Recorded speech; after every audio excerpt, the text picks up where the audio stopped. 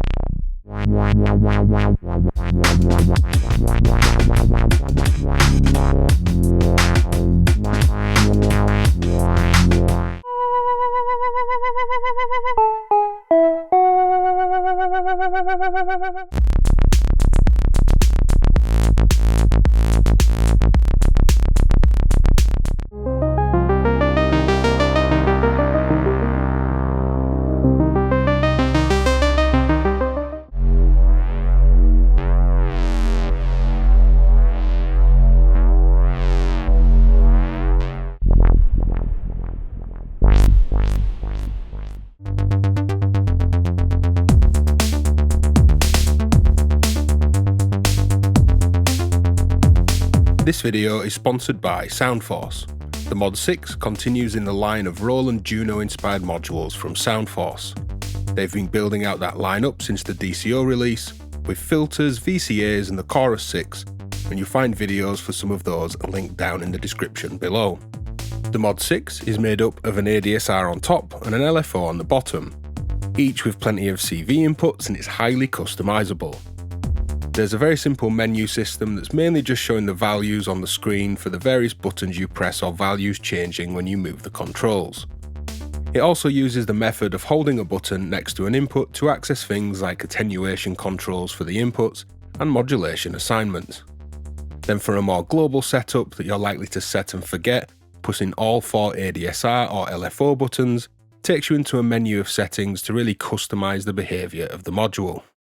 Rather than showing all of these features right now, we'll do that as the video goes along with the patches. But to highlight the potential of the module, the ADSR can be an AD envelope, you have fine-tune over the curve with quick button access to linear or exponential curves, a percentage of exponential curve control, and also the unique JUNO envelope shape with a linear attack and an exponential decay and release. There's CV over the stages and CV over the envelope output VCA for dynamic envelopes, as well as the option to invert or flip the output and choose an end of output gate signal. For the LFO, you have a range of classic shapes, the option to morph between them with CV, a wide range from 60 seconds to 1 kHz. The LFO is tempo syncable with a wide range of division and multiplication ratios that you can define and then modulate. There's 2 ways to delay or fade in the LFOs, and that's also tempo syncable, and both the ADSR and the LFO feature the option to define the CV input ranges anywhere between -10 and +10 volts. You can also scale the ADSR or LFO and set their outputs anywhere between -10 and +10 volts. You can then use assignable VCAs to modulate the levels within that set range. The Mod 6 also responds to audio rate signals at the CV inputs right up to 500 Hz, and even beyond that where it can get weird with some aliasing. So whatever voltage ranges your other modules output or take as inputs, you can totally tailor the Mod 6 to suit. Responsive, flexible, customizable and powerful are all words that I'd use for the Mod 6. The features are explored through the video, and the timing index for them is in the description down below, so you can skip around and reference those sections. Without further ado, let's dive in.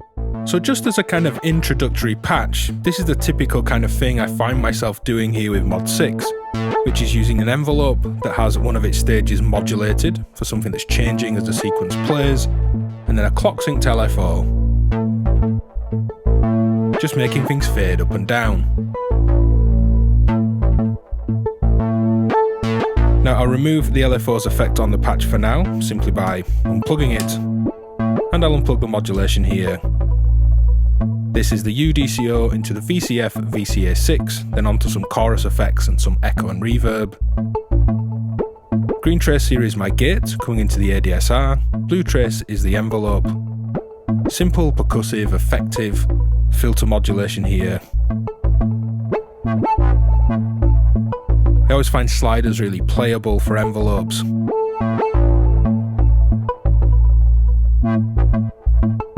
The red trace here and red cable is then a stepped modulation sequence playing in time with my pitch and gate patterns here, patching that into the DCV for decay time.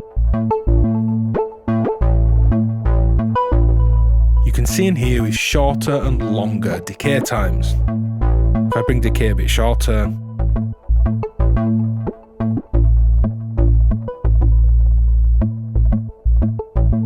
that really emphasises this short and long decay stage. And that's modulating the filter here.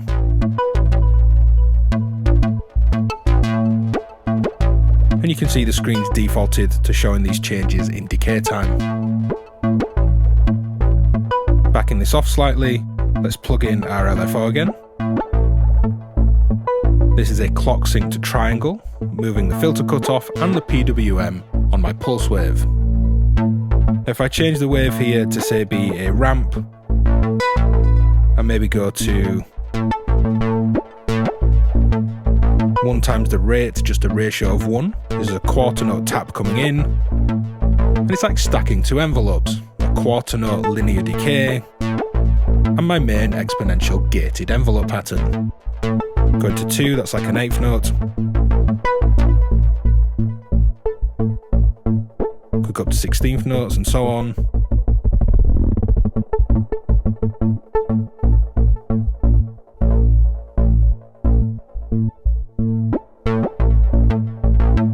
And the interplay of the falling saw playing in time, just emphasising this pulse, works really well. So we'll get into more details here with the envelope and the LFO. This is just typically how I end up using it, stacking up modulation for a simple pattern that's repeating with a more complex modulation behaviour through the patch. So here I wanted to highlight that you can completely customise the output ranges here. If you strangely needed, say, an envelope that went from -2 volts to +7 volts, you could have. But where you're most likely going to encounter odd issues or less than optimal performance here is if you have things like VCAs that will open fully with 5 volts, but your modulation is 10 volts, you're either going to clip the audio path or clip off the response of this CV, changing its behaviour. And if it's the other way around, where say your VCA needs 10 volts to open, but your envelopes are only 5 volts in peak, you're only ever half opening the VCAs, and then you're much closer to the noise floor, much quieter, and maybe not getting the response of the VCA that you're looking for. So just to highlight this, I've set this to be 5 volts. You get into the ADSR options menu by pressing all 4 buttons. And then we can scroll through to DAC range here, and pressing the encoder you can set the bottom of the peak anywhere down to -10 volts. Pressing the encoder again, we go to 5 volts there, the actual peak of the envelope rather than the bottom of the envelope. And if I push this up to 10 volts, I'm getting the response out of the patch that I'm looking for. When this is down at 5 volts, the scope here, green trace is 0 volts, blue trace is the envelope, red trace is my 5 volt peak, yellow is 10, and this is opening the filter and a VCA. If we rule out the filter, and we're just looking at VCA response here, just listen to the volume difference when I go from 5 volt peak to 10, because this wants 10 volts to open fully.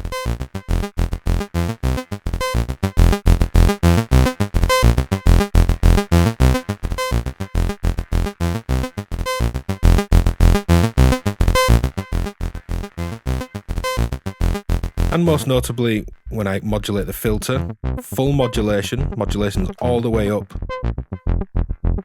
filter's fairly closed, I'm not getting that brightness through. So this is modulating the VCA and the filter, and as I push to 10 volts, which is what it wants, I'm getting the response I'm looking for. But as I say, the other way around, you might be clipping and not getting the behaviour out of other modules because you're sending too much voltage. So it's really nice, and I think quite a unique selling point of this module, that you can go in and customise these ranges to suit the rest of your system. So here's a nice pattern where I'm modulating attack, decay and sustain time just against a static pair of oscillators in a filter. Now this is sidechaining, ducking on quarter notes against my kick drum. I'll remove that and remove the drums. And this yellow trace here simply modulates this filter cutoff. Unpatching my modulation for now. This is just a static envelope. And let's start with the attack. Green trace and green cables into the ACV. And if you press the button next to that CV input for 2 seconds, you have a CV attenuators here where you set a ratio. This is 100%. I want 100% of this to modulate the attack time. And if we press all 4 buttons, we're in the options here where we can choose the incoming range. I've set this to 0 to 5 volts to suit my voltage sources here.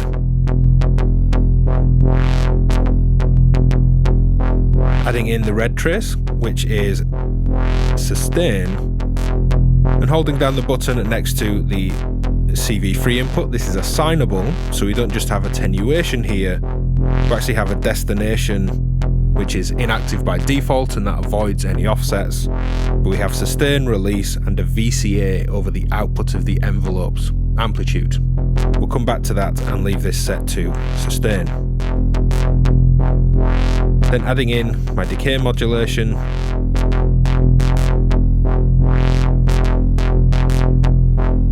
Free sequenced voltage here to go with my sequenced gate pattern, giving us this modulated envelope shape. Dynamic and more engaging modulated modulation. Drums and sidechain back in.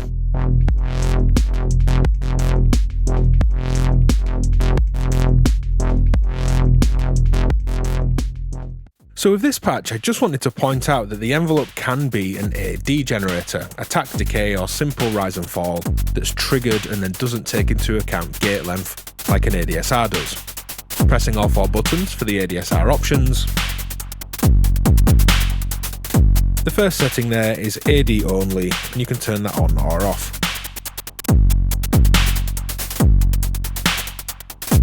Leaving that on, for this patch I have a simple attack and decay, opening a VCA with some noise. I'll let that sound play by itself. Stepped random voltages playing in time with this clock here into the A and D. We've got this fast ratcheting, kind of exciting top line against the rest of my drums.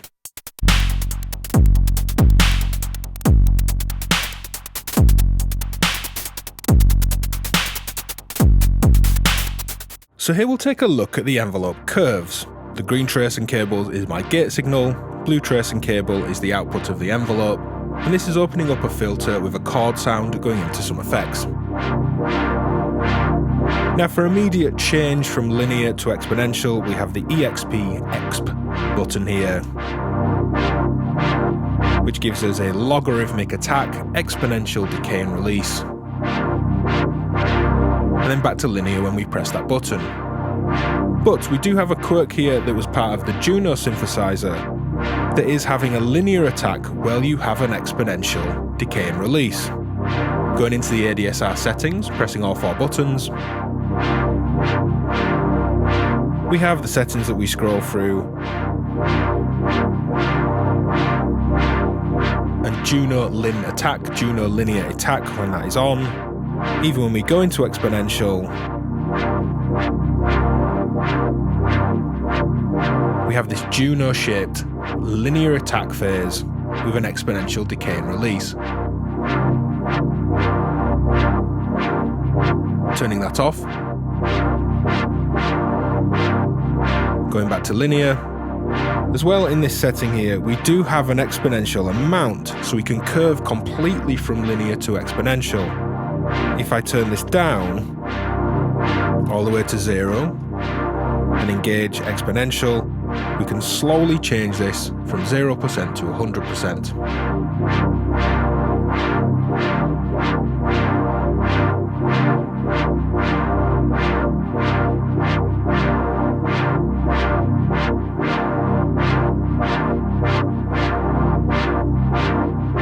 So you have very fine control over that exponential curve, and you can keep the attack linear like you could on the JUNO synthesizers.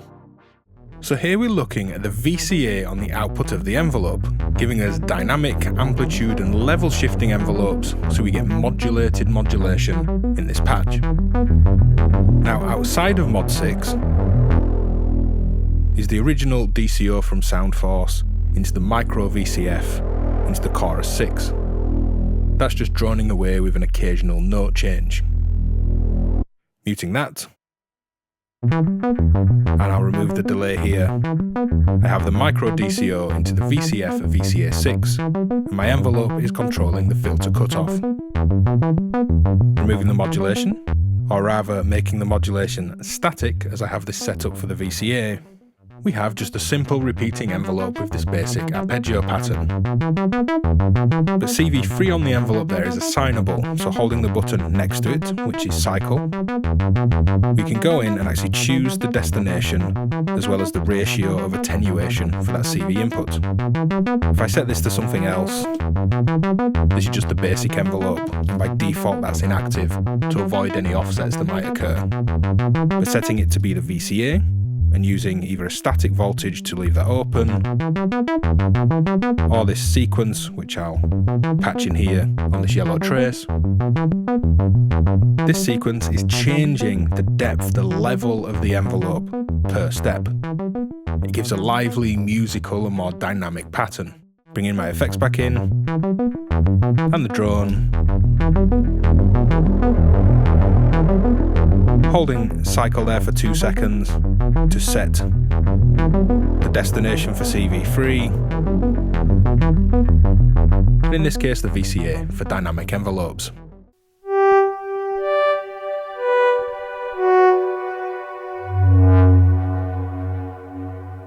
So here I'm exploring the end of output, which is assignable for the end of attack, end of decay or end of release stage here on the envelope. Pressing all 4 buttons to enter our ADSR options here. We simply scroll through these until you see EO cell or end of selection. Pressing the encoder and you can have EOA, end of attack, EOD, end of decay, or end of release. And with this end of decay output, we'll get a gate when the decay stage has ended. My main envelope, the green trace here, plays my main sound.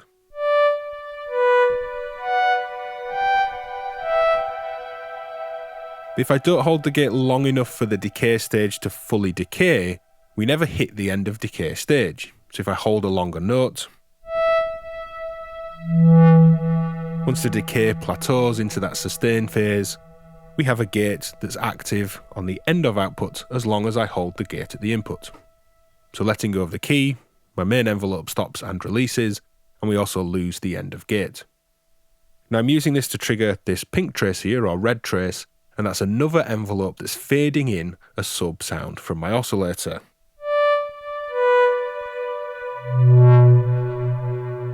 And this works great with sequencers where you can vary gate length and play around with this, but really nice with a keyboard where you can choose to play longer or shorter notes and therefore have this sub-swell or not.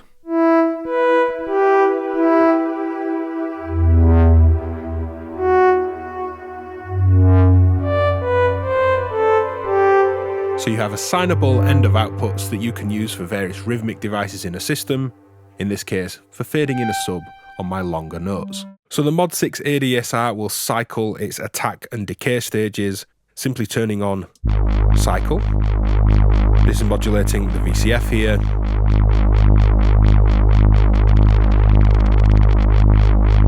And this will cycle linear or exponential shapes. And with a gate present, I'm going to play a keyboard here off screen. That's this pink trace of pink cables. It cycles while the gate is high and lets go and releases when the gate goes low. So with a low release time,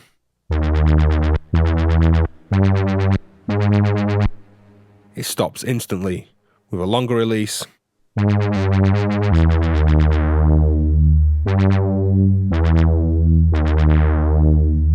we can have these interesting little bursts.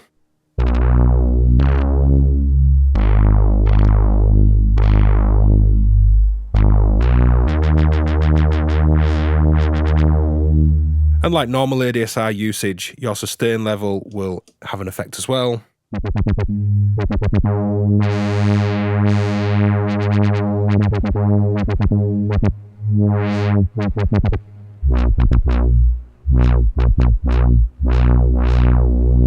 You can see that with the sustain all the way down, we have the full attack and decay stages. As we raise the sustain, it's cycling around a higher voltage level.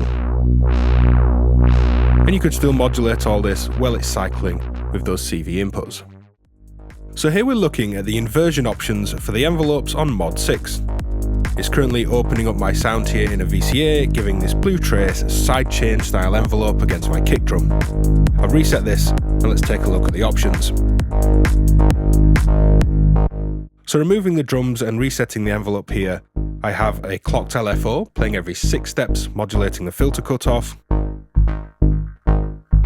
Playing against every 4 steps or the quarter note, triggering my envelope here, which plays the same rhythm as my kick drum in the patch.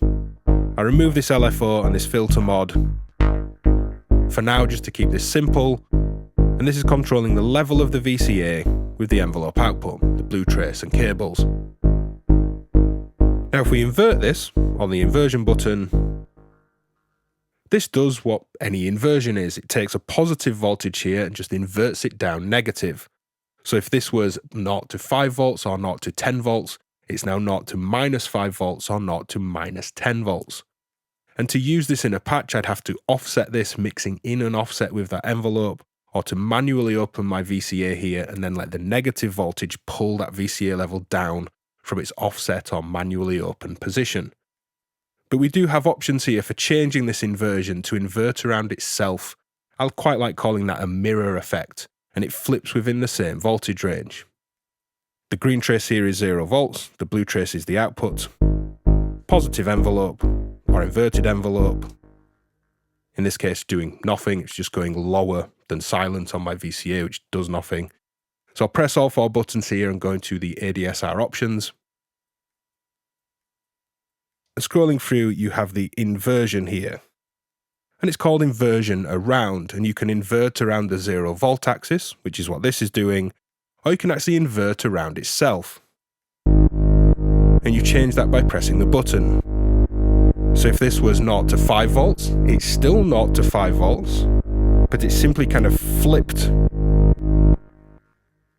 Flipping around 0 gives us the actual negative typical inversion. Inverting around itself gives this mirror or this flip. So I don't have to do anything, I don't have to offset it. And we're bringing this every 6-step LFO. And bring the drums back in.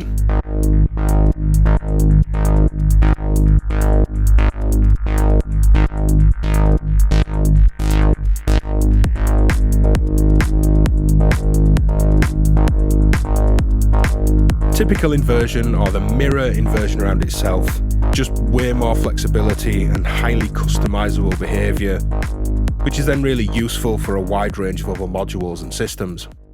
So moving on to the LFO, let's just kind of go through the settings and the basics here, and we'll start with wave shape. I have a sine wave here, pressing wave, we see our selection on screen for sine,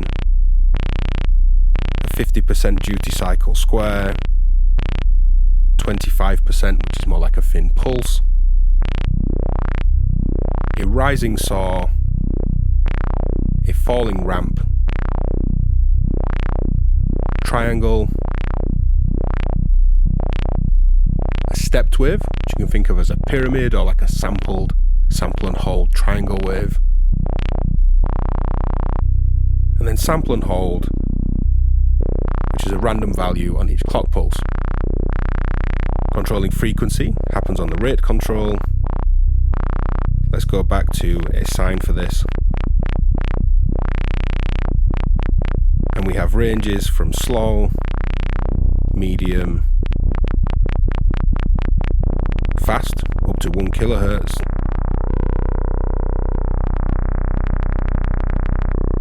And a user definable range as well.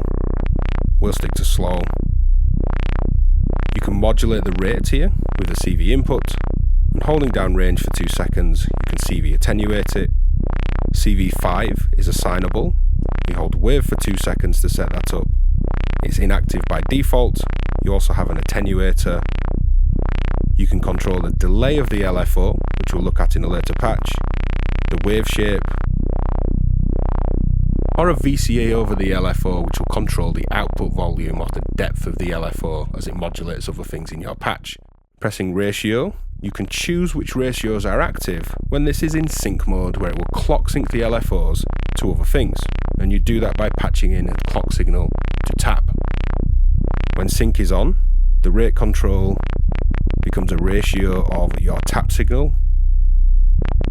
And pressing ratio, you can actually go in and turn on and off which divisions or multiplications of your clock signal, again that you patch into the tap input, you'd like to be active.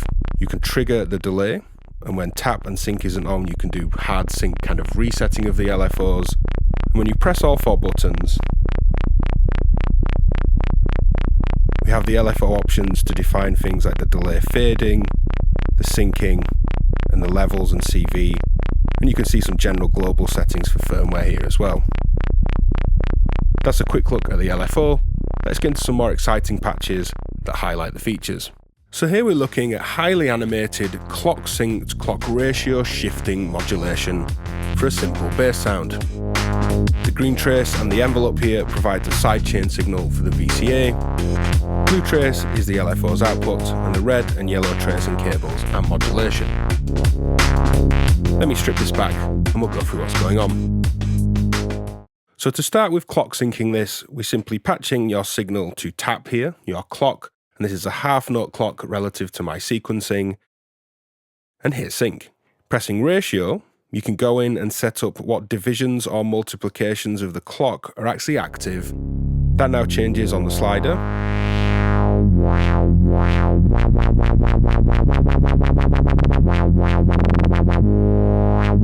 But as well as modulating this and controlling this, you can set up which waves are available to modulate and turn those on and off in a similar manner. Pressing wave, when this isn't set up, we simply move through the waves as we've seen. But holding the button across from the sockets, like you do on the ADSR to select their settings, so CV5, second one down, will hold wave for 2 seconds. We can set CV5 to control the delay of the LFO, the wave shape. Let's patch in this yellow trace modulation.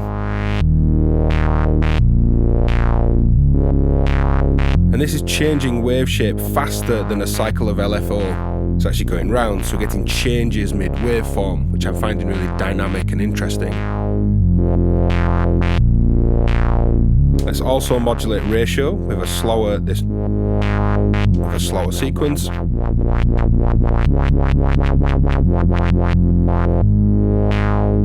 And now we've set this up to control the wave. You can see as I go through, we now have an on and off for the different waves that this is actually selecting. Again, just more customizable modulation, really easy, simple setting of behaviours. Let's bring the sidechain back in on the filters VCA, and then bring in the beat.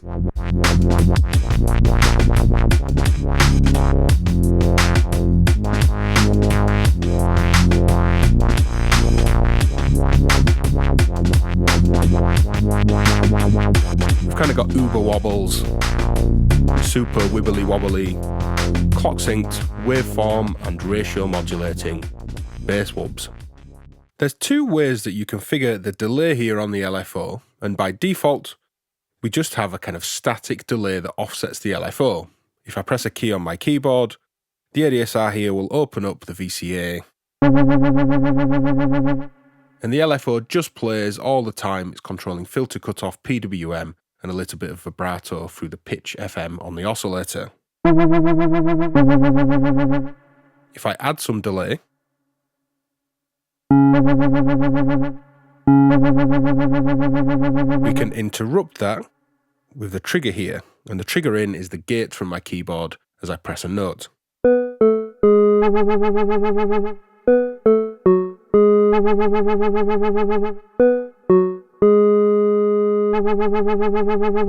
And it just delays in time and then comes in, kind of like a pre-delay if you like. But if we go into the LFO options, pressing all four buttons, you can turn the delay fade in on or off. And this is what I want for this patch. I want the LFO to fade in level rather than simply just be offset and turned off for a period of time. And you can see in here now the level of the LFO fades. Let's add a longer delay even.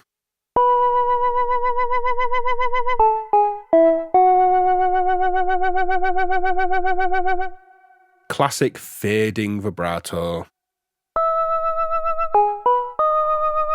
Not particularly good playing from me, but you get the idea.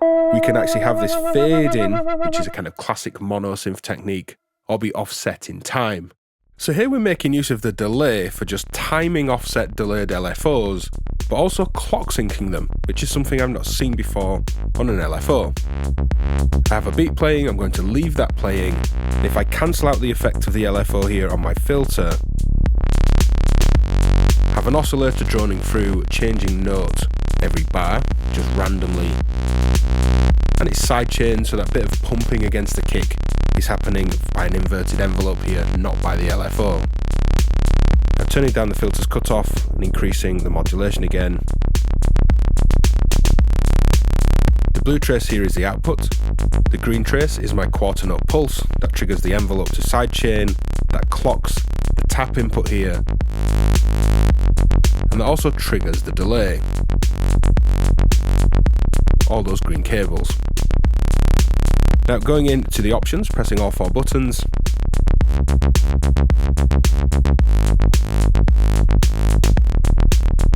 you can see that delay sync is an option you can turn on and off.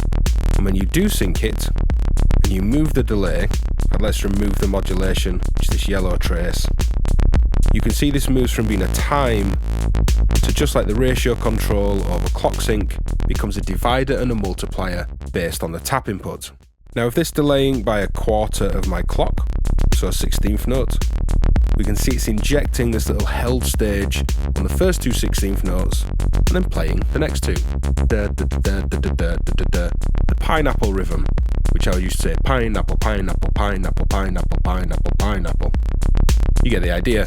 But by modulating delay time, which we do by holding down wave to assign CV5, and I've set that to be the delay, I'm using a step sequence to modulate the delay time, or now the delay ratio.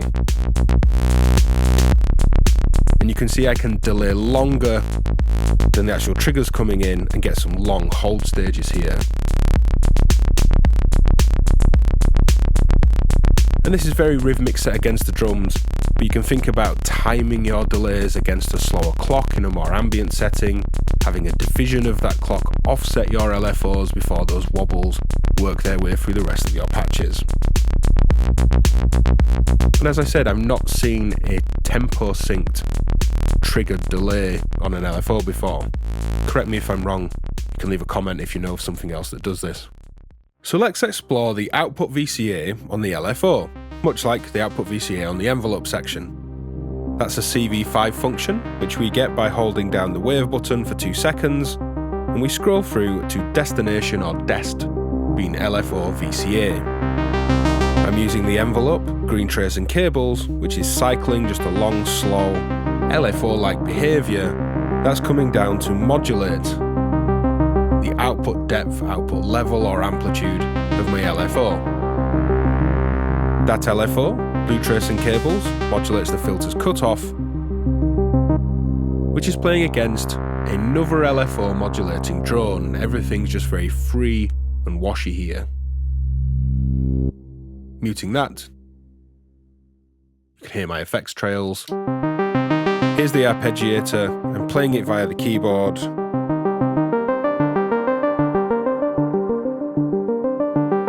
Envelope to the VCA, LFO to filter cutoff. And I'll let you listen for a moment at how the depth changes here on the LFO via its VCA. So we're pushing and pulling in and out of brighter and duller filter settings.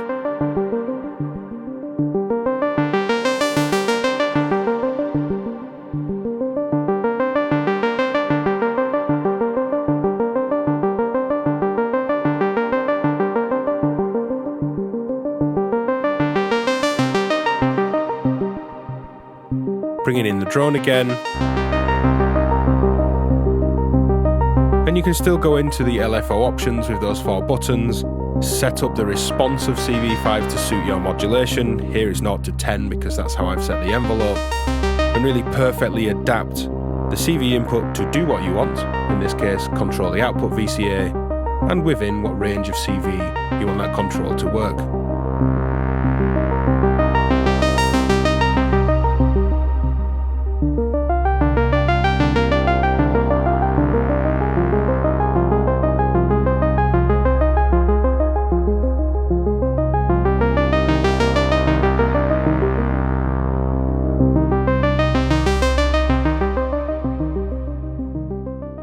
So another thing that Mod 6 does is waveform morphing between its LFO wave shapes. This is of course a menu option, it's not something we have a control for directly on the panel, so pressing all 4 buttons to access LFO options. You can see I've already set up a CV5's behaviour to suit my voltage source, 0 to 5 volts in this case. And right there we have Wave CV Morph. And CV controlled wave shaping, which I'm doing through CV5. Pressing wave for 2 seconds, we can see I've assigned that to be wave modulation. We can access in between wave shapes. Now the output here is the green trace. It's modulating 2 filters in an opposing manner for a kind of stereo tilting, panning stereo filter thing. That was a bit of a mouthful. And you can hear the effects of that among these effects in the mix. Now reducing the voltage source here, the blue trace, we of course start with our sine wave. In fact, let's just mute our effects for now. And as I increase the voltage here,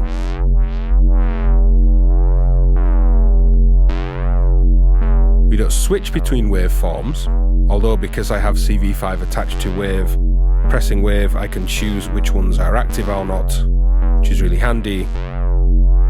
I'm actually morphing and crossfading between shapes.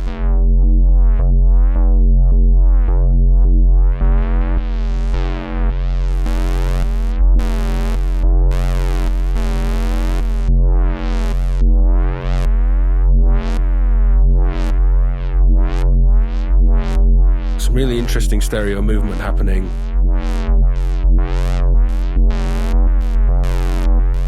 So CV selection over the waves on CV5, enabling wave CV morphing in the menu, and you can morph through your LFO waveforms and find some interesting new shapes that aren't the basic ones that we have on the wave selection. So as we've just seen waveform morphing, I thought we'd randomly address the waveforms with each note that plays in a simple sequence.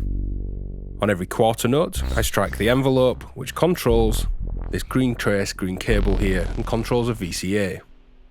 The blue trace is the output of the LFO, that's clocked at 16th notes, so 4 times faster than every quarter note that's just pulsing around here.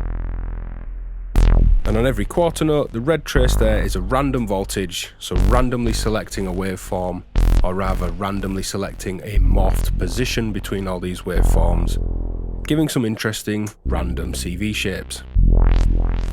And I'll just let you listen for a moment.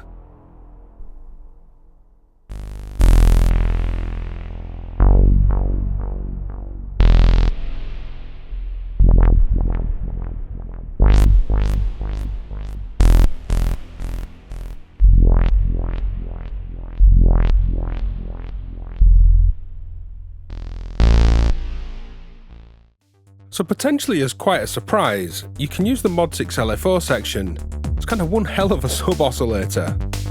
Because this will go up to a kilohertz, and it doesn't just hard sync, which it does do when you trigger the resetting of the LFO, but because you're actually syncing these wave shapes, this will lock perfectly into different divisions of an oscillator at the input, using an oscillator as the tap input as if it's a clock, just at audio rates. Removing the drums. Here it is, the output of the LFO. Yellow cable, yellow trace, the saw wave there, and it's mixed with the square wave that's driving the clock in my filter. Opening the filter.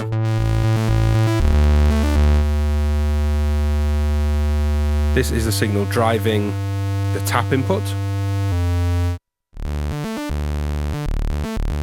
And this is the output of the Mod6. Now removing any sequencing here of both oscillators. This is the square wave from my oscillator. It's split into the mixer and into the tap input as the clock. If I raise the level of Mod6 and play with the rate, I can be at the same rate and have different wave shapes.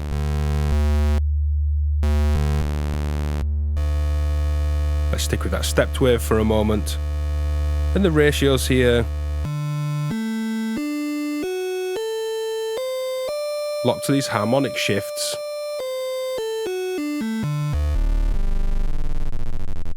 And you can press ratio and go in and turn on and off the ones that you like and that you'd like to modulate. So if I blend in the square wave that's driving everything here, and I go down to a half ratio, I have this stepped waveform as a sub. Let's make them both pulses.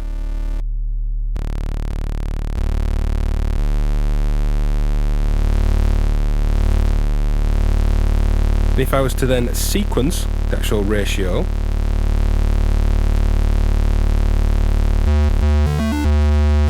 which is this blue trace bouncing around, hard to see with the scope set as it is.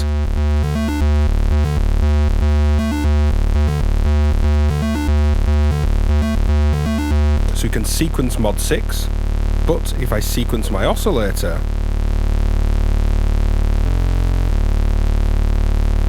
any pitch change on the oscillator will translate through to a tap, clock or oscillator change here. Let's just listen to Mod6.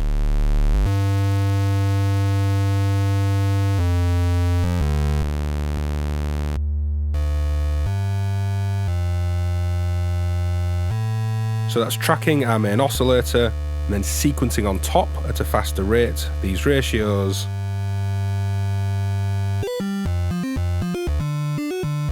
And you can hear there's a little bit of a glitch on some of those transitions between the ratios.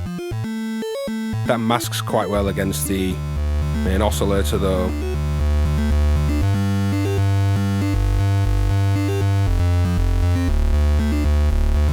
Closing down the filter.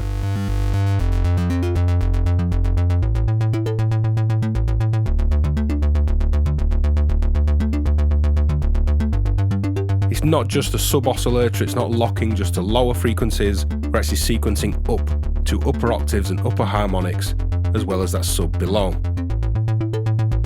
Let's go back to a saw wave. Drums back in.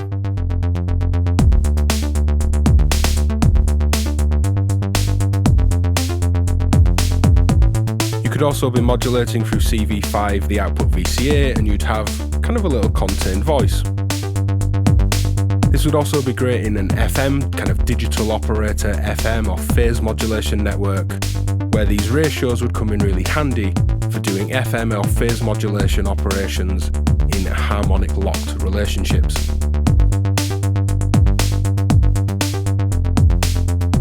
If you've got this far in the video, drop a mod sync down in the comments. Thanks for watching, hit like and subscribe, that helps out the channel. And if you'd like to support me further, head to patreon.com/DivKid. And I'll see you next time. Bye!